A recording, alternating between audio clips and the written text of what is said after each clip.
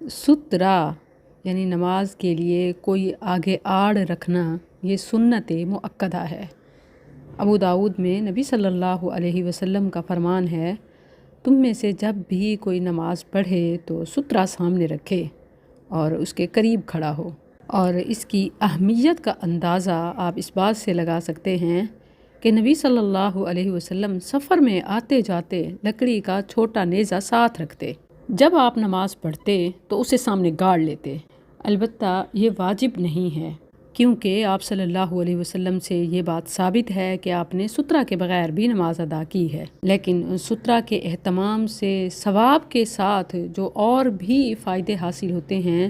ان کے پیش نظر ہمیں خاص طور پر کہ جب اس سنت کو بھلا دیا گیا ہے، چھوڑ دیا گیا ہے، ضرور اس کا خیال رکھنا چاہیے، بالکل ویسے ہی جیسے رسول اللہ صلی اللہ علیہ وسلم سفر و حضر میں عام طور پر اہتمام فرماتے۔ ایک تو یہ اس لحاظ سے ضروری ہے کہ بعض چیزیں ایسی ہیں کہ جن کے آگے گزرنے سے نماز باطل ہو جاتی ہے،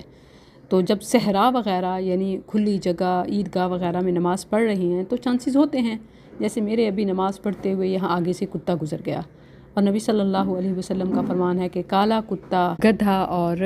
حائضہ عورت، اور اہل علم اس سے مراد بالغ عورت لیتے ہیں، وہ عورت جس کو حیض آتا ہو، ان تین چیزوں کے آگے گزرنے سے نماز ٹوٹ جاتی ہے۔ اور یہ بہت کامن ہے کہ جب آپ کھلی جگہ نماز پڑھ رہے ہوں تو آگے سے کتا وغیرہ گزر جائے یا کوئی راہگیر، اگر ان تین چیزوں میں سے کچھ ہے تو نماز باطل، اور اگر اس کے علاوہ ہے تو وہ شخص گناہ گار ہے، اور نماز میں بھی خلل آ جاتا ہے کہ توجہ ہٹ جاتی ہے۔ اور اگر کسی نے سترہ رکھا، اس کے باوجود کوئی سترے کے اندر سے یعنی سترے اور نمازی کے درمیان سے گزر رہا ہے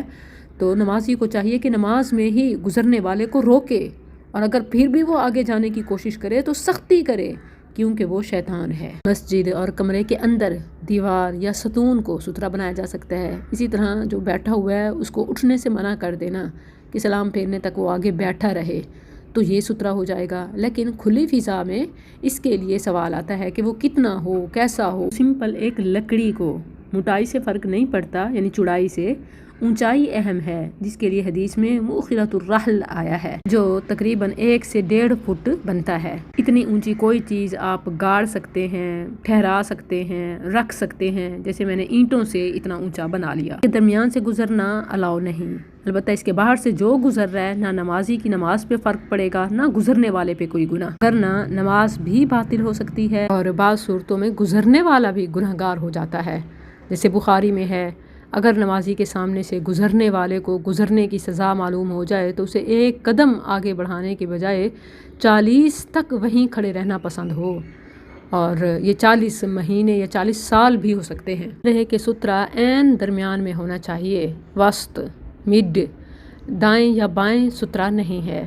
اسی طرح بعض جو یہ کہتے ہیں کہ اگر کوئی چیز نہ ہو تو لکیر کھینچ لیں، زمین پر انگلی سے نشان بنا لیں، تو یہ جو نشان یا جو لائن ہوگی یہ سترہ کے قائم مقام ہوگی۔ اس حوالے سے کوئی حدیث نبی صلی اللہ علیہ وسلم سے ثابت نہیں۔ سترہ کے حوالے سے جو صحیح معلومات ہیں رسول اللہ صلی اللہ علیہ وسلم کے فرامین، وہ میں نے پیش کر دیے۔ کوشش کریں کہ جب بھی کھلی جگہ نماز پڑھ رہے ہوں تو آگے کوئی چیز ضرور رکھیں جو سترہ کے قائم مقام ہو، اور اگر کچھ نہیں تو ستون اور دیوار کی آڑ میں ہی نماز پڑھیں، جیسا کہ صحابہ مسجد میں جب با جماعت فرض پڑھ لیتے تو سنت کی ادائیگی کے لیے ستون تلاش کرتے،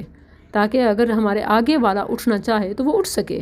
اگر پیچھے کوئی نماز پڑھ رہا ہے اور آگے والا اٹھ کے چلا جاتا ہے تو وہ گناہ گار ہے۔ اسی طرح بعض صورتوں میں اس کی اپنی نماز بھی باطل ہو سکتی ہے۔ اس بنا پر سترہ کی معلومات خود بھی عمل کریں اور دوسروں کو بھی پہنچائیں۔ جزاکم اللہ خیرہ۔